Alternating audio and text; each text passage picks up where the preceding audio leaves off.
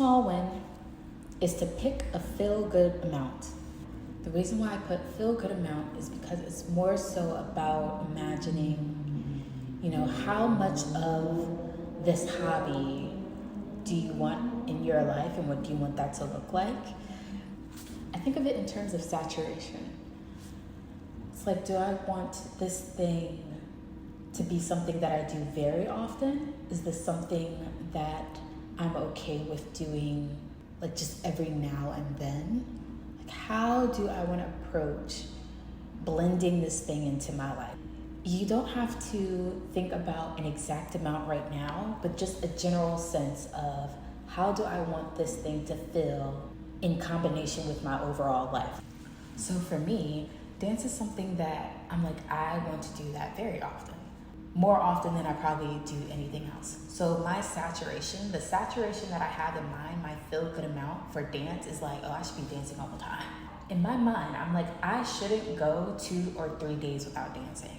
And for some people, they're like, I should dance every single day. For me, I'm like, I definitely need to be dancing every single week. I hope that I'm dancing at least every 2 or 3 days. Just because I love dancing. Compared to dance, like for dance, I'm like, anytime, anywhere. The schedule can be more flexible. Like, I just love dancing. For writing, I'm like, I really want to dedicate a specific day and time. That's the feeling that I want. That's the feel-good amount for me. I don't need to do it every single day. Maybe like a weekly thing, or like maybe a few days. Maybe a few days per week. And this is what I'm talking about. Thinking about your feel-good amounts. Maybe a few days per week, I want to do something related to writing. Crochet is a different story. Crochet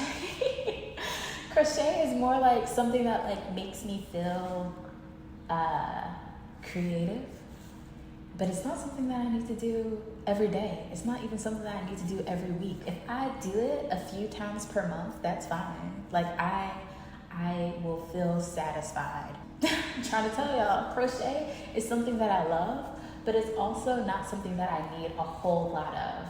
And actually, something that I want to sneak in here really quickly is this feel-good amount, and like this idea of me trying to figure out, how much do I need of this thing in order for me to feel satisfied, in order for me to feel like I checked off a box for this thing has been fulfilled, is related to how I view balance. I really wanted to share this thing that I've been thinking about, and I've shared it in other ways, but since this is my first YouTube video, I felt like might as well share it here while I'm talking about the feel-good amount. It also might help you figure out not only your feel-good amount for hobbies, but also your feel-good amount for other things and other aspects of your life. So, balance. We're gonna start with a story about when I was younger. Don't get lost. Anyway, the thing about balance is that it's not the amount, but it's the weight. I'm going to use an example from my childhood to explain this. Okay, so when I was younger, I was in class and they brought out this book. And I'm sure other people have seen this example or this analogy where it's like a scale, one side that has 1,000 pounds of bricks. And then the scale shows another side that has 1,000 pounds of feathers. And the question on the page is something like, which one weighs more? The answer is that they weigh the same because it's 1,000 pounds of bricks and it's 1,000 pounds of feathers. But I remember being younger and looking at this picture because, of course, the side with the bricks looks much smaller than the side with the feathers, right? I ended up keeping that image with me all the way into my adulthood, and I eventually realized why I found it so intriguing. It's that you didn't need more of the bricks because the bricks weighed more. You needed more of the feathers because the feathers weighed less.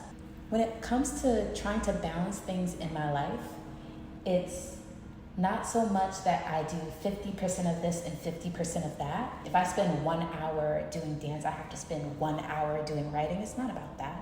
But what do these things mean to me? What is the amount of that thing that I need? The 1,000 pounds. Like, in order to hit equilibrium, in order to hit the target amount, which is me feeling satisfied with this thing. It's like for dance, I love dance so much and I need more of it for me to feel fulfilled or satisfied about the amount that I did. I like dance is like the feathers where I need a huge palette. I need a lot of input of it. Whereas crochet is more like the bricks. Doing a few days of crochet is fine with me.